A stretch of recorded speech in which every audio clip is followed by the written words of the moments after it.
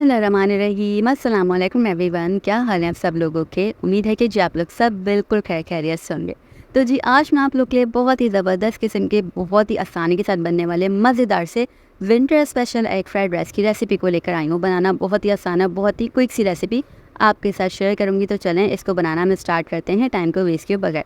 सबसे पहले मैंने यहाँ पर ले लिया जी 1 अदद अंडा। अंडे की क्वांटिटी आप अपने हिसाब से बढ़ा भी सकते हैं, तो 2 से 3 भी ले सकते हैं, ठीक है। साथ ही साथ शामिल करेंगे हाफ़ टी स्पून के बराबर ब्लैक पेपर को, हाफ़ टी स्पून सॉल्ट को शामिल करूँगी और 2 चुटकी के बराबर मैं शामिल करूँगी जी ऑरेंज फूड कलर को। ये बिल्कुल ऑप्शनल है, चाहे तो स्किप भी कर सकते हैं, लेकिन डालेंगे ना तो बिल्कुल बाजार जैसा कलर आएगा। अच्छे तरीके से तीनों चीज़ें डाल के आपने फेंट लेना है।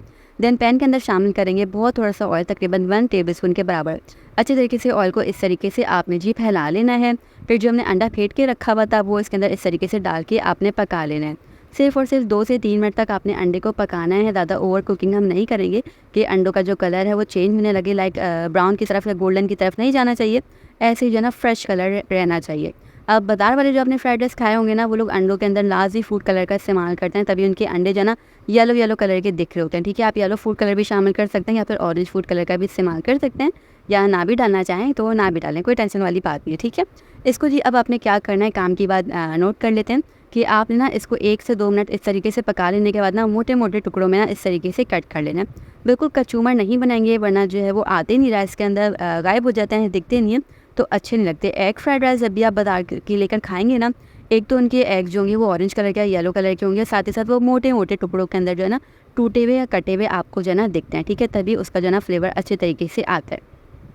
बस इसको आपने 1 से 2 मिनट पकाया, इसको फिर आपने अंडे को निकाल के साइड में कर लेना है।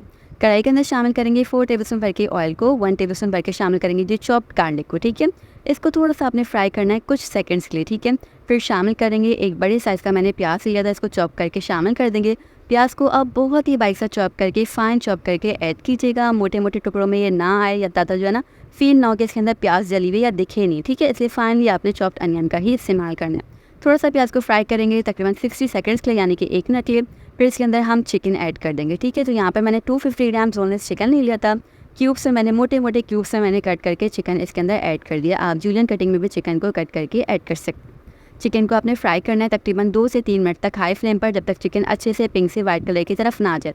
फिर शामिल करेंगे 1 टीस्पून भर के फ्रेश ब्लैक पेपर, ठीक है। आप कूट कर शामिल कीजिएगा, इससे फ्लेवर बहुत ही अच्छा आता है। पाउडर फॉर्म वाली जो होती है ना डब्बे वाली, वो शामिल मत कीजिएगा। 1 अदद मैंने चिकन क्यूब डाली, इसको हाई फ्लेम पर 2 से 3 मिनट तक आपने फ्राई करना है। देन बहुत थोड़ा सा आपने पानी शामिल करना है, तकरीबन 4 to 5 टेबलस्पून मैंने इसके अंदर पानी शामिल किया, ताकि चिकन क्यूब जो है वो अच्छे तरीके से मेल्ट हो जाए और जो हमारा चिकन है वो अच्छे तरीके से गल जाए। ज़्यादा पानी हमने नहीं शामिल करना है, क्योंकि हमने आगे जाकर सॉसेस भी इसके अंदर ऐड करना है। 4 टेबलस्पून भर के मैंने इसके अंदर शामिल कर दीजिए बॉइल्ड कॉर्न्स को। 2 टेबलस्पून भर के सोया सॉस को डाला आपने, 2 टेबलस्पून भर के हॉट सॉस शामिल किया। अच्छा जी, सॉसेस की क्वांटिटी को आप अपने हिसाब से एडजस्ट कर सकते हैं, कम करना चाहें कम कर सकते हैं और ज़्यादा करना चाहें तो ज़्यादा जो है ऐड कर सकते हैं, लेकिन ज़्यादा क्वांटिटी में नहीं, वरना आपके चावल पिच पिचे से हो जाएंगे। 1 टीस्पून भर के विनेगर शामिल किया। सॉल्ट शामिल करेंगे अपने जायके के मुताबिक और 1 टीस्पून शामिल किया जी मैंने इसके अंदर चिकन पाउडर को, ठीक है। चिकन पाउडर और सॉल्ट पे थोड़ा हल्का हाथ रखेंगे, क्योंकि हमने सॉसेस भी ऐड करने हैं। यहाँ पर मैंने तकरीबन 2 टेबलस्पून भर के चॉप्ड कैरेट इस्तेमाल किया है और साथ ही साथ इस्तेमाल किया जी मैंने इसके अंदर कैबेज को, तकरीबन हाफ कप भर के मैंने यहाँ पर कैबेज ऐड किया, यानी कि जो बंद गोभी होती है वो, ठीक है। इसको मैंने ना जूलियन कटिंग में ऐड किया, ठीक है।